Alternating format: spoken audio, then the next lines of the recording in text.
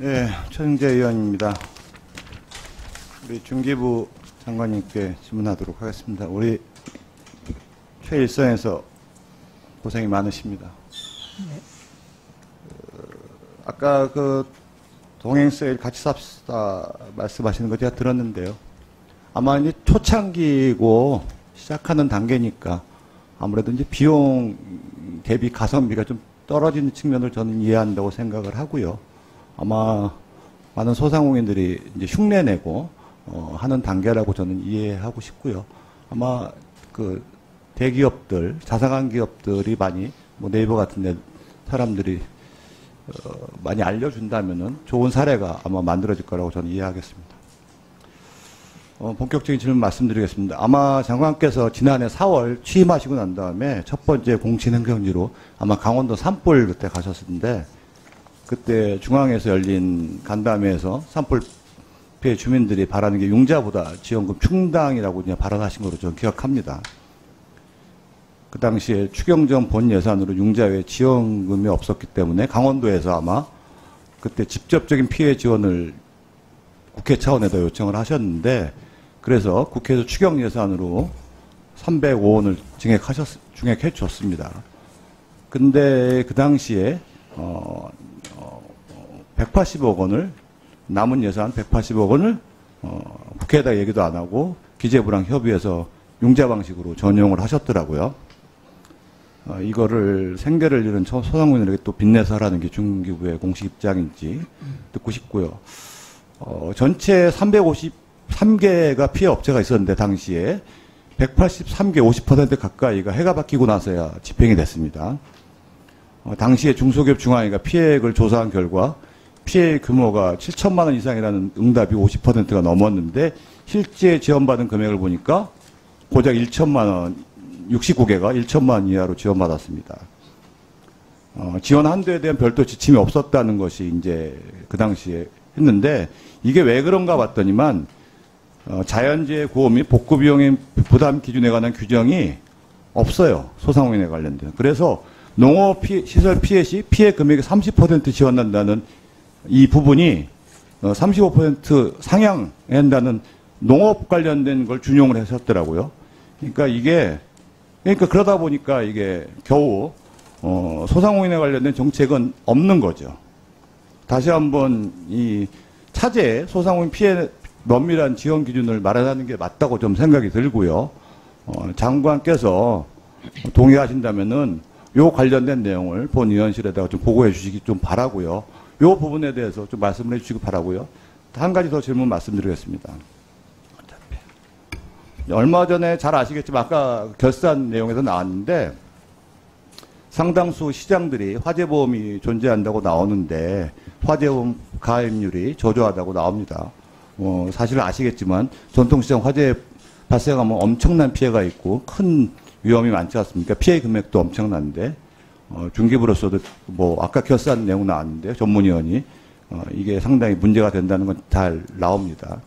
얼마 전에 제가 포항 죽도시장 가서 현장 간담회를 열었는데 현장 상인들의 내용이 보니까 여러 가지 문제가 예산 비용 문제가 있어서 현장에 내용이 있기 때문에 화재 경보 시스템이라도 좀 해달라는 내용입니다.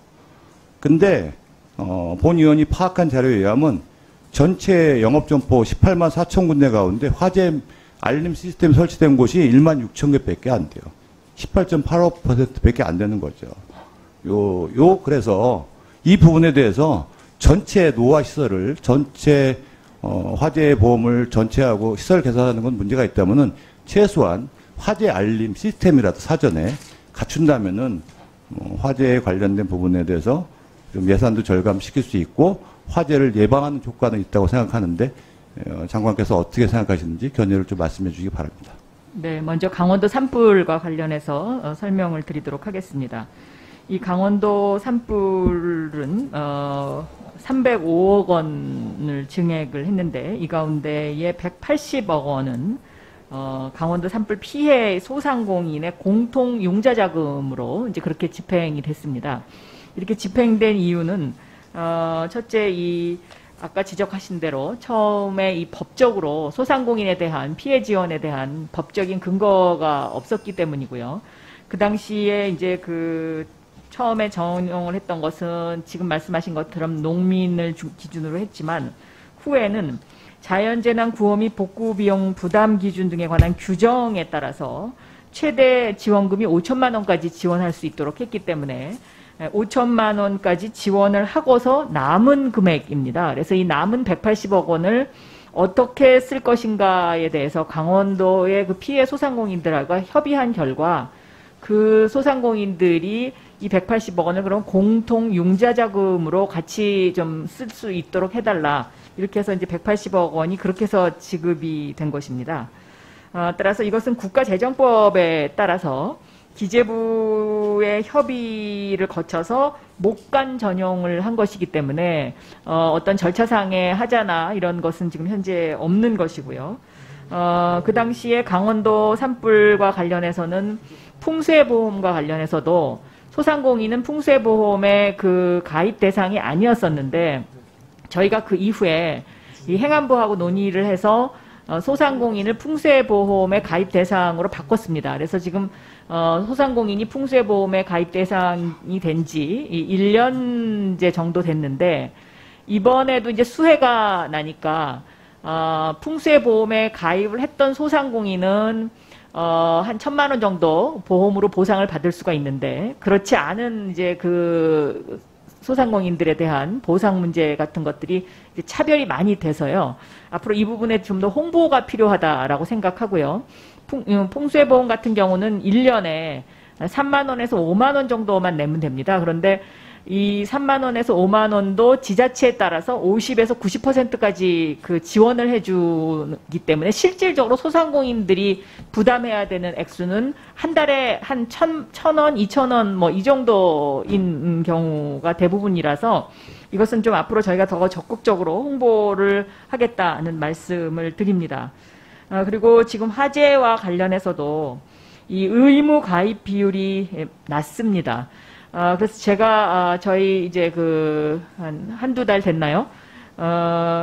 지금 저희가 1년에 이 소상공인과 관련해서 지원하는 액수 규모가 정부에서 나가는 규모가 한 5조 가량 됩니다. 그렇기 때문에 앞으로는 이 정부 지원을 받는 전통시장이나 소상공인에게는 화재보험을 의무적으로 드는 그 규정을 지금 만들려고 하고 있습니다. 이 소상공인 지원법과 전통시장 지원, 그러니까 전통시장 현대화법이 통과된 것이 2004년입니다. 그러니까 16년이 됐는데요. 이 당시에 처음부터 화재보험이라든가 풍수해보험을 좀 의무적으로 가입할 수 있도록 했으면 지금 16년이 지난 이 시점에서는 아마 굉장히 많은 성과가 있었을 것이다 생각하고요. 그래서 이런 부분에 있어서 좀 더 체계적으로 저희가 접근하도록 하겠습니다. 네, 수고하셨습니다. 다음은 이규민 위원님. 네. 다음은 서치.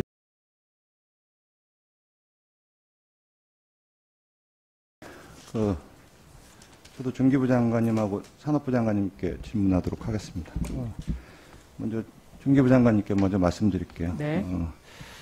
잘 아시겠지만 얼마 전에 정부가 코로나19 재확산에 따라서 PC방, 노래방, 부페 등의 12개 업종에 대해서 고위험 시설을 분리해서 집합금지 명령 내렸습니다. 보이지 않는 곳에서 많은 사회적 경제적 약자들이 소리 없는 비명을 지르고 있다는 사실을 장관도 알고 계실 거라고 네. 생각합니다. 영업정지 명령 내리면은 제일 우려스러운 게 일자리를 잃은 비정규직 아르바이트생들이 정말 아무 대책 없이 힘들어할 수 있습니다. 이처럼 일방적으로 밀어붙이기식으로 무책임한 대책을 내놨다는 것에 대해서 상당히 안타깝게 생각합니다.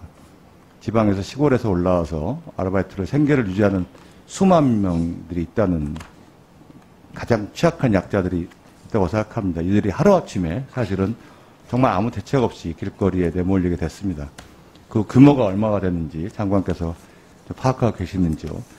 최근 2차 긴급 재난 지원금이 매가 나오고 있는데 이번에는 전 국민이 아니라 2단계 거리두기로 강제 취업으로 생계 어려움을 두고 있는 중소상공인과 자영업자 위주로 지급돼야 된다고 저는 생각을 합니다. 아까 장관께서 말씀을 하셨지만 집합금지 조치로 중소상공인들의 생계를 위한 소득이 끊긴 상황에서 원천 징수 자료를 가지고 있는 국세청과 협의가 된다면 얼마든지 가능하다고 보는데 장관의 견해 좀 말씀해 주시기 바라고요.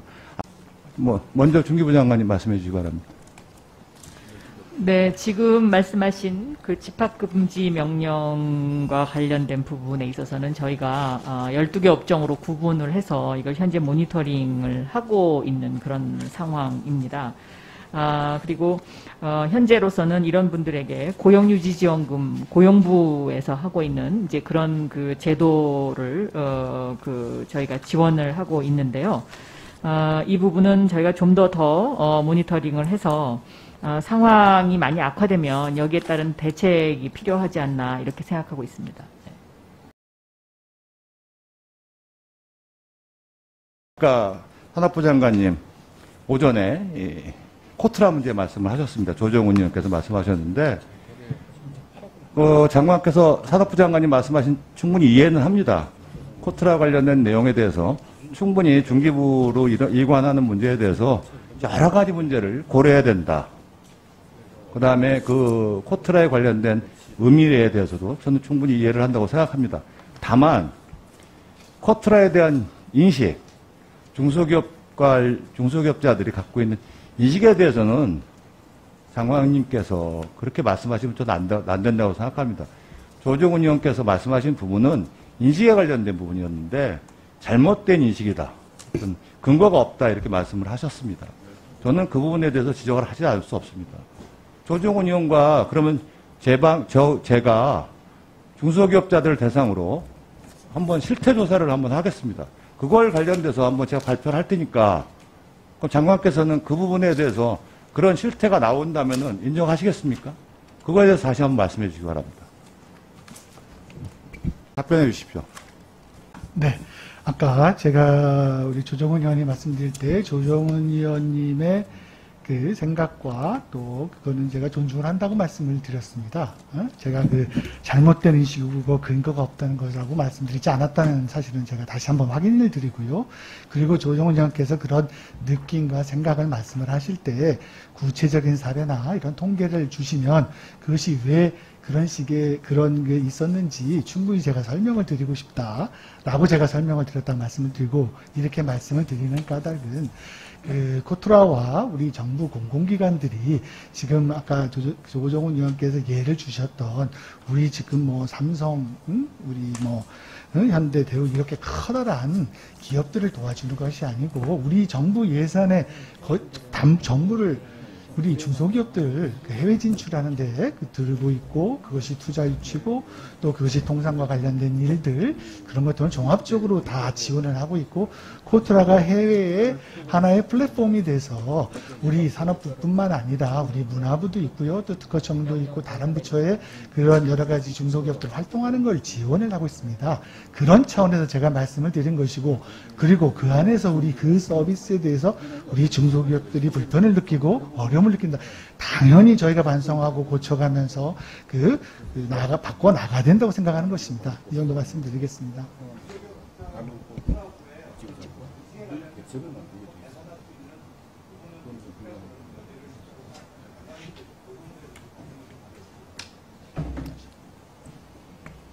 네, 수고하셨습니다.